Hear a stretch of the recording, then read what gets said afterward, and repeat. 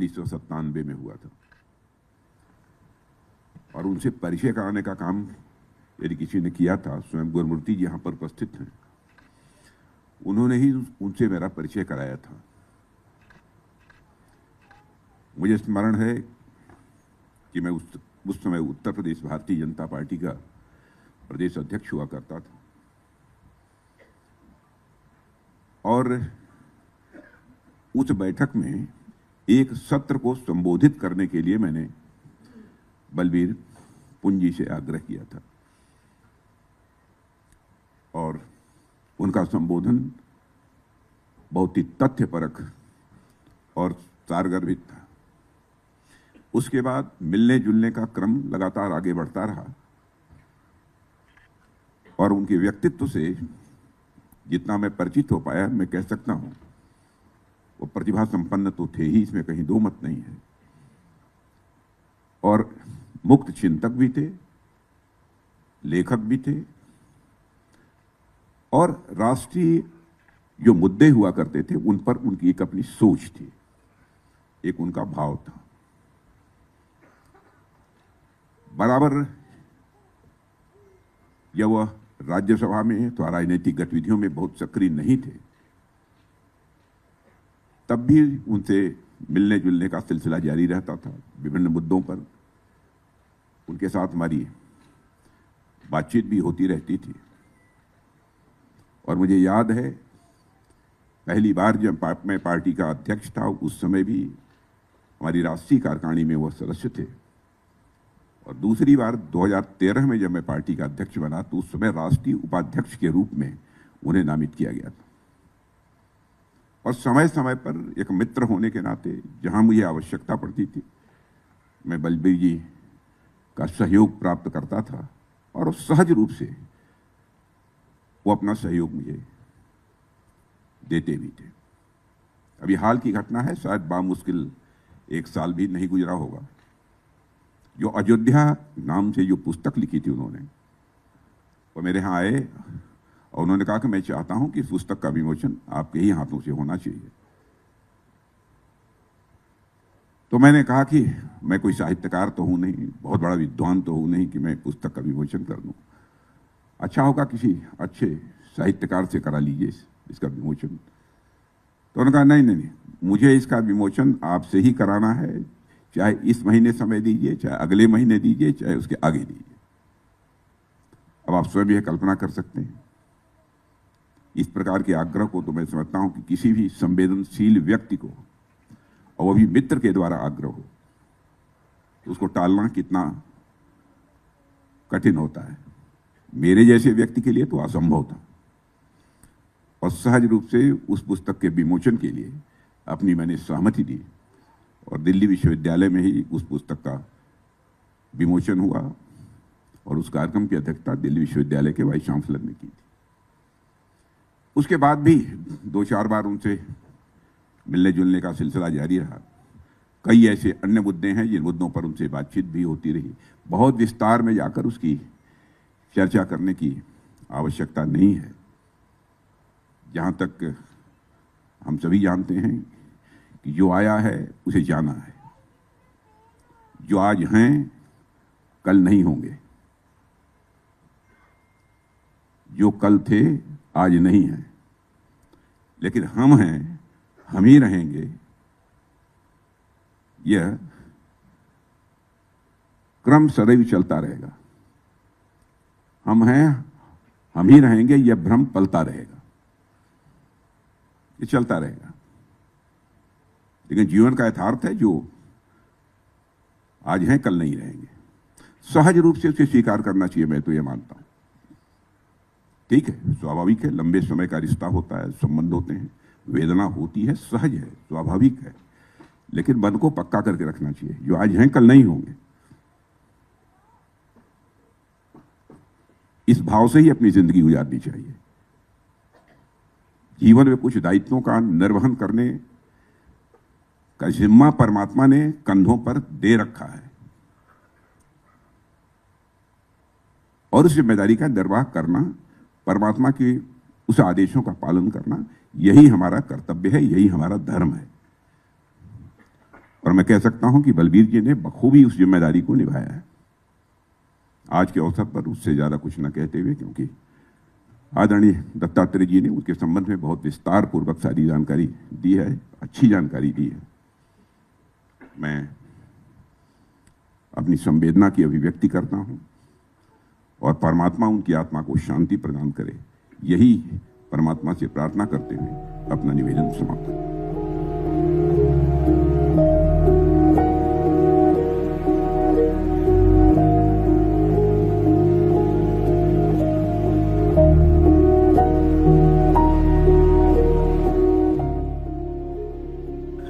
लेकिन बलबीर जी जैसे उम्र से मेरे लिए थोड़े से बड़े ही थे, लेकिन मित्रता, संगठन में स्वयंसेवक के नाते वो साथी, विचार यात्रा में सहपथिक, मार्गदर्शक, ऐसे बलबीर जी चले जाने के बाद कहने के लिए शब्द नहीं आते।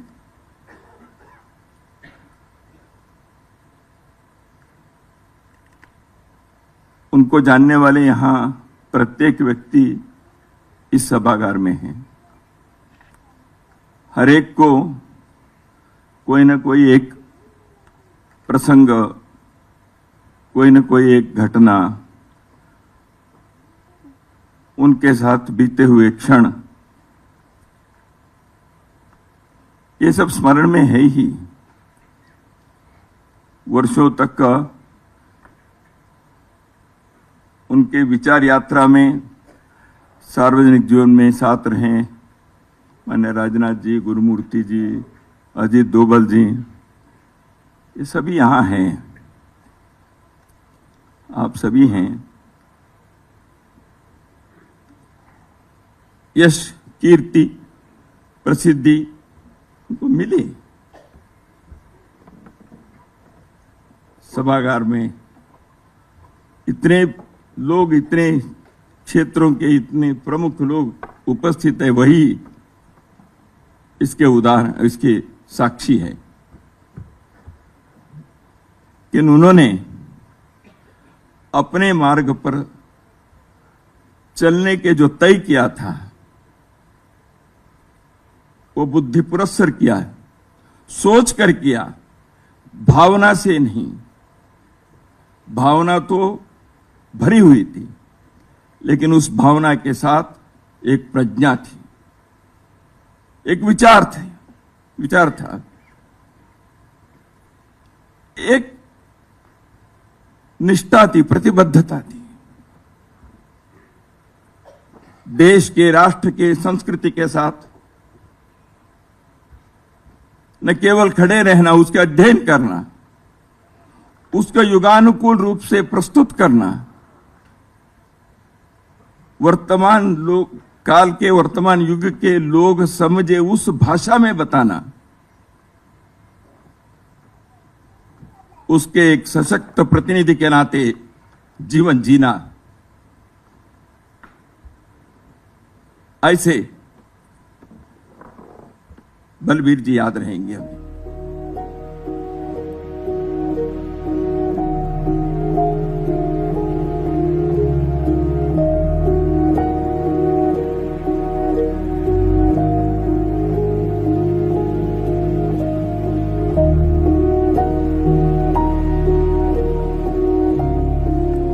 ओम शांति।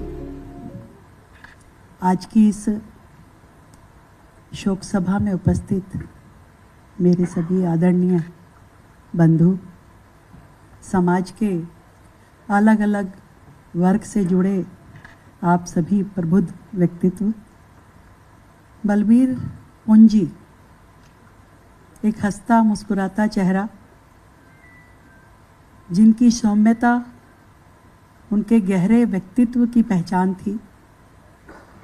एक सशक्त लेखनी, एक प्रखर आवाज़ और एक राष्ट्र चिंतक के रूप में उनकी पहचान